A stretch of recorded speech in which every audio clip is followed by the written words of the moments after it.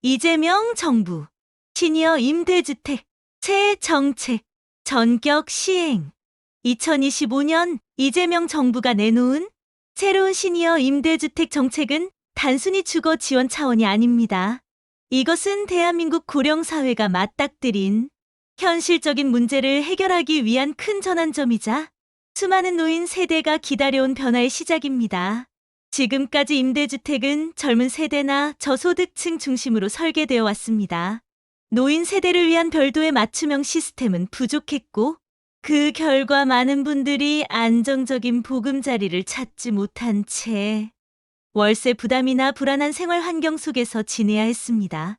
하지만 이번 정책은 명확하게 방향을 바꿉니다. 시니어 세대가 안전하고 편안하게 살 수 있는 집을 국가 차원에서 보장하겠다는 의지를 담은 것입니다. 실제로 한국은 OECD 국가 중 고령화 속도가 가장 빠릅니다. 65세 이상 인구가 전체의 20%를 넘어섰고 2025년이면 초고령 사회로 들어서게 됩니다. 이렇게 빠른 변화 속에서 가장 중요한 건 주거 안정입니다. 집이 불안정하면 건강, 사회관계, 삶의 질 모두 무너질 수 있기 때문이죠. 이재명 정부는 이를 해결하기 위해 시니어 맞춤형 임대주택을 대폭 확대하겠다고 발표했습니다. 단순히 집을 제공하는 것이 아니라 의료 돌봄 교류 공간까지 함께 설계하여 노년의 삶을 더욱 안정적이고 풍요롭게 만들겠다는 계획입니다. 자, 그럼 본격적으로 이번 정책이 어떤 특징을 가지고 있으며 앞으로 우리 삶을 어떻게 바꿀지 하나씩 살펴보겠습니다. 가장 눈에 띄는 변화는 바로 공급 물량의 확대입니다. 이재명 정부는 앞으로 5년간 시니어 임대주택을 기존 대비 2배 이상 늘리겠다고 밝혔습니다. 특히 수도권과 주요 광역시에 집중 공급하여 교통과 의료 접근성이 좋은 곳에서 노인들이 안정적으로 거주할 수 있도록 하겠다는 방침입니다. 그동안 많은 어르신들이 임대주택 신청을 해도 차례가 오지 않는다는 불만을 토로했습니다. 실제로 대기자가 수십만 명에 이르고 신청 자격이 까다로워 혜택을 받지 못하는 경우도 많았습니다. 이번 정책에서는 공급량 자체를 늘려 대기 시간을 줄이고 자격 요건도 완화하여 더 많은 분들이 혜택을 받을 수 있도록 개선했습니다. 예를 들어 기존에는 일정 소득 이하만 가능했지만 앞으로는 중위소득 100% 이하까지 확대됩니다. 즉 소득이 조금 높아 임대주택을 신청하지 못했던 분들도 이번에는 혜택을 받을 수 있다는 뜻입니다. 또한 지방의 경우 교통과 의료 접근성이 떨어지는 단점을 보완하기 위해 주요 도시와 연결되는 권역에 집중적으로 공급합니다. 이렇게 하면 단순히 집을 제공하는 수준을 넘어 실제 생활 편의성까지 보장할 수 있습니다. 이러한 변화는 단순한 숫자 이상의 의미를 가집니다. 집이 안정되어야 건강관리도 사회적 관계도 삶의 만족도도 지킬 수 있습니다. 이번 공급 확대는 단순히 집을 늘리는 것이 아니라 시니어 세대의 삶의 기반을 지켜주는 첫걸음입니다. 이재명 정부가 발표한 시니어 임대주택 정책의 두 번째 큰 변화는 의료 돌봄 서비스의 연계 강화입니다. 과거의 임대주택은 단순히 주거 공간에 그쳤지만 이제는 노인의 생활 전반을 지원하는 복합 서비스 체계로 바뀌고 있습니다. 정부는 시니어 임대주택 단지에 보건소와 연계된 건강관리센터를 설치하고 간호사와 사회복지사를 상시 배치하겠다고 밝혔습니다. 이렇게 되면 주거지와 의료 서비스 간의 거리가 크게 줄어들어 어르신들이 병원으로 멀리 이동하지 않아도 기본적인 건강 체크와 상담을 받을 수 있습니다. 또한 고령자 중에는 만성질환을 가진 분들이 많습니다. 고혈압, 당뇨, 관절염 같은 질환은 지속적인 관리가 필요한데 지금까지는 주거지와 의료기관 간의 연계 부족으로 어려움을 겪었습니다. 이번 정책은 이를 해소하기 위해 정기 건강검진, 운동 프로그램, 영양 상담 등을 주거 공간과 직접 연결시킵니다. 한 예로 일본의 고령자 임대주택에서는 이미 이런 시스템을 도입해 긍정적인 효과를 얻고 있습니다. 주민들은 집에서 가까운 곳에서 건강 관리를 받으며 돌봄 서비스까지 함께 제공받아 병원 입원을 줄이고 삶의 만족도를 높였습니다. 한국에서도 이 같은 모델을 적용하겠다는 것입니다. 결국 이번 변화는 집을 사는 공간이 아닌 삶을 지켜주는 공간으로 바꾸는 시도라고 할 수 있습니다. 세 번째 변화는 공동 커뮤니티 공간의 강화입니다.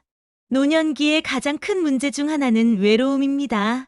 아무리 좋은 집에 살아도 혼자 지내는 시간이 길어지면 우울증이나 사회적 고립이 찾아옵니다. 이를 막기 위해 정부는 시니어 임대주택의 커뮤니티 시설을 적극적으로 도입하겠다고 발표했습니다. 예전 임대주택은 공간이 협소하고 단순히 주거만 해결하는 수준이었습니다.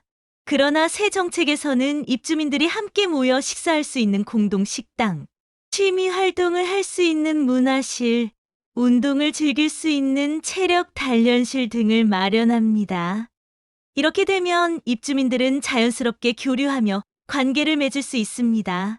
한 연구에 따르면 사회적 관계망이 풍부한 노인은 그렇지 않은 노인보다 우울증 위험이 절반 이하로 낮고 평균 수명도 더 길다고 합니다. 즉, 사람과의 연결이 곧 건강과 직결되는 것이죠. 이번 정책은 이런 과학적 사실을 반영하여 공동공간을 통한 활발한 교류를 제도적으로 지원하는 것입니다. 실제로 유럽 여러 나라에서는 이미 시니어 코하우징 모델이 도입되어 노인들이 공동공간에서 함께 생활하며 삶의 질을 크게 높이고 있습니다. 이재명 정부 역시 이런 선례를 참고해 한국 상황에 맞게 공동 커뮤니티를 강화하려는 것입니다. 결국 이번 변화는 집을 단순히 잠만 자는 곳에서 함께 살아가는 공간으로 바꾸는 의미를 가집니다. 혼자가 아닌 우리라는 감각을 주고 공간 속에 심어주는 것. 그것이 이번 정책의 중요한 핵심입니다. 시니어 임대주택 정책의 네 번째 변화는 바로 임대료 부담 완화입니다. 지금까지 많은 어르신들이 임대주택에 살고 싶어도 월 임대료가 큰 부담이 되어 신청조차 망설이는 경우가 많았습니다. 정부는 이번 정책을 통해 그 부담을 확실히 낮추겠다고 약속했습니다. 새로운 제도에 따르면 기존에는 소득 기준에 따라 임대료가 일정 비율로 책정되었지만 앞으로는 소득 수준과 건강 상태, 가족 구성 등을 종합적으로 고려하여 더 정교하게 조정됩니다. 특히 중위소득 50% 이하의 고령자에게는 월 임대료를 대폭 낮추고 일정 부분은 정부가 직접 보조하는 방식으로 지원합니다. 예를 들어 한 달에 20만 원 이상 내던 어르신이 새 정책이 시행되면 10만 원 이하로 줄어들 수 있습니다. 또 장기 거주자에게는 임대료 인상률 상한제를 적용하여 갑작스러운 비용 증가로 불안해하지 않도록 막아줍니다. 실제로 주거비는 노후 생활비의 가장 큰 비중을 차지합니다. 월세나 전세 부담 때문에 생활비가 줄고 결국 삶의 질이 떨어지는 경우가 많았죠. 정부는 이번 개편을 통해 주거 안정 생활 안정이라는 공식을 확립하려는 것입니다. 이 변화는 단순히 돈을 아끼는 차원이 아닙니다. 임대료 걱정에서 벗어나야 건강 관리와 여가, 인간관계 등 다른 삶의 영역에 더 많은 에너지를 쏟을 수 있기 때문입니다. 이번 정책은 노후의 가장 큰 불안을 해소해주는 든든한 안전망이 될 것입니다. 다섯 번째 변화는 스마트 안전 시스템의 도입입니다. 나이가 들수록 가장 두려운 순간 중 하나는 집 안에서 발생하는 사고입니다. 미끄러짐, 화재, 응급 상황 등은 누구에게나 일어날 수 있지만 고령자에게는 치명적인 결과로 이어질 수 있습니다. 이재명 정부는 이런 문제를 해결하기 위해 시니어 임대주택의 최신 기술을 접목하기로 했습니다. 세례 정책에 따라 모든 임대주택에는 스마트 센서와 긴급 호출 시스템이 설치됩니다. 예를 들어 거실이나 화장실에 넘어짐 감지 센서가 있어 일정 시간 움직임이 없으면 자동으로 경고를 보내고 관리실이나 보호자에게 알림이 전달됩니다.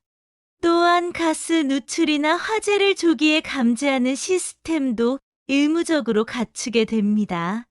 한 70대 독거노인은 예전에는 혹시 혼자 있을 때 무슨 일이 생기면 어쩌나 걱정이 컸다며 불안감을 털어놓았습니다. 하지만 스마트 안전 시스템이 설치된 이후에는 안심이 되고 가족들도 마음이 놓인다고 했습니다. 단순한 기술이 아니라 삶의 안전망을 하나 더 갖춘 셈이죠. 더 나아가 정부는 인공지능 기반의 건강 모니터링 장치도 시험적으로 도입할 계획입니다. 심장 박동, 혈압 등을 자동으로 체크하고 이상 신호가 포착되면 곧바로 의료기관과 연결하는 방식입니다. 이 변화는 집이 단순히 머무는 공간이 아니라 안전하게 지켜주는 공간으로 변모하고 있다는 상징적 의미를 가집니다. 낡은 불안감을 걷어내고 기술로 삶의 질을 높이는 것. 이것이 이번 정책이 가지는 큰 힘입니다. 이재명 정부 시니어 임대주택 정책의 여섯 번째 변화는 수혜 대상을 대폭 확대하는 것입니다. 기존의 임대주택 제도는 대상이 지나치게 제한적이어서 실제로 도움이 절실한 분들이 혜택을 받지 못하는 경우가 많았습니다. 특히 소득이 조금만 초과되거나 가족 구성 조건이 맞지 않는다는 이유로 탈락하는 사례가 적지 않았습니다.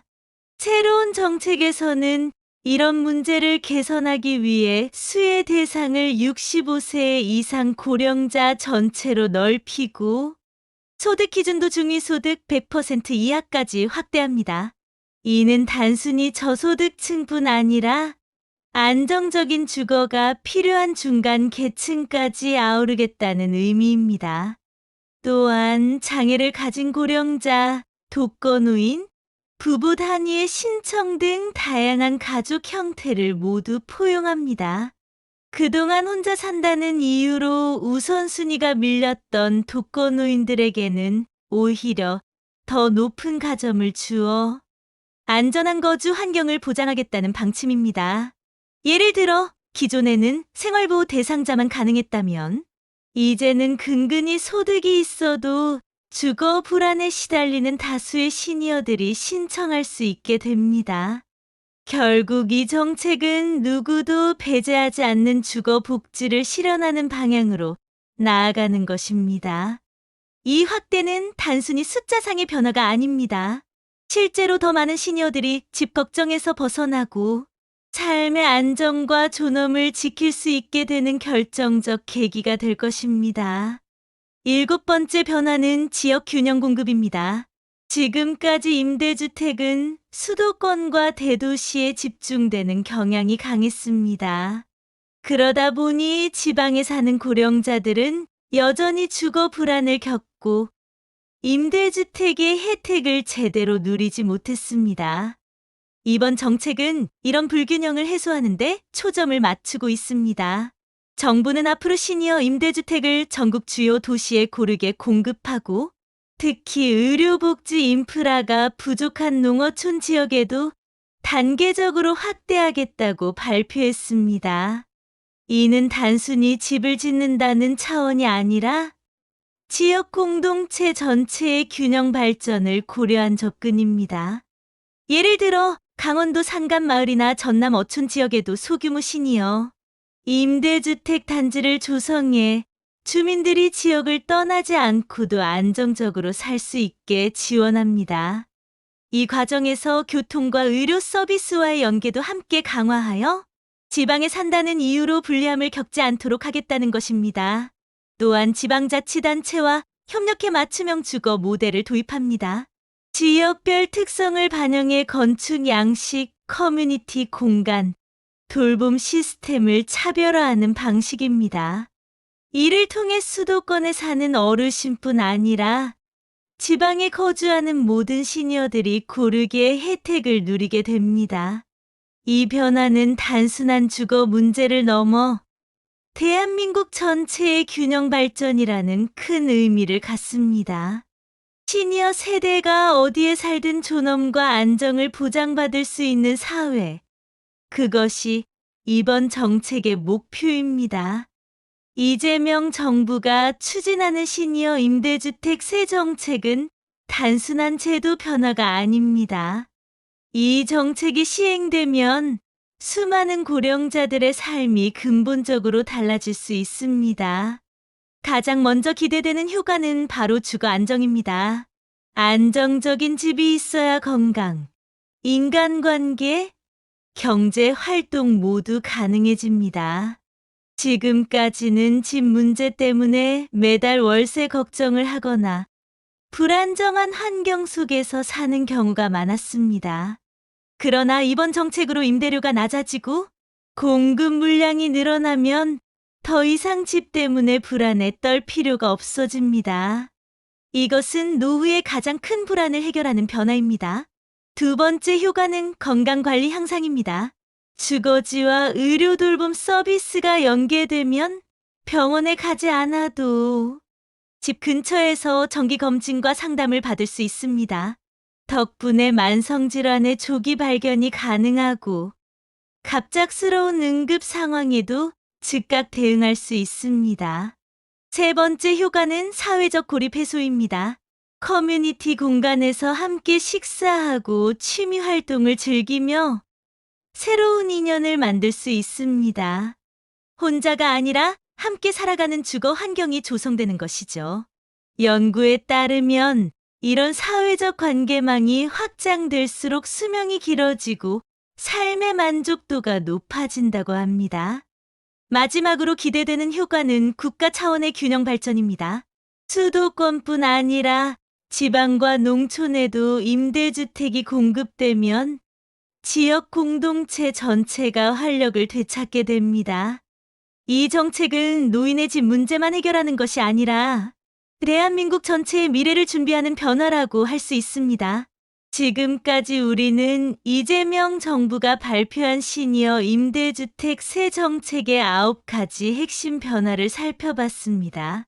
공급 물량 확대, 의료 돌봄 서비스 연계, 공동 커뮤니티 강화, 임대료 부담 완화, 스마트 안전 시스템 도입, 정책, 수혜 대상 확대, 지역 균형 공급, 그리고 기대 효과까지. 이 모든 변화의 중심에는 하나의 메시지가 있습니다. 바로 노인의 삶의 질은 주거에서 시작된다는 것입니다. 집이 있어야 건강을 지킬 수 있고 안정된 인간관계를 맺을 수 있으며 나아가 사회 전체가 더 밝아질 수 있습니다. 이제 중요한 것은 우리 각자의 선택입니다.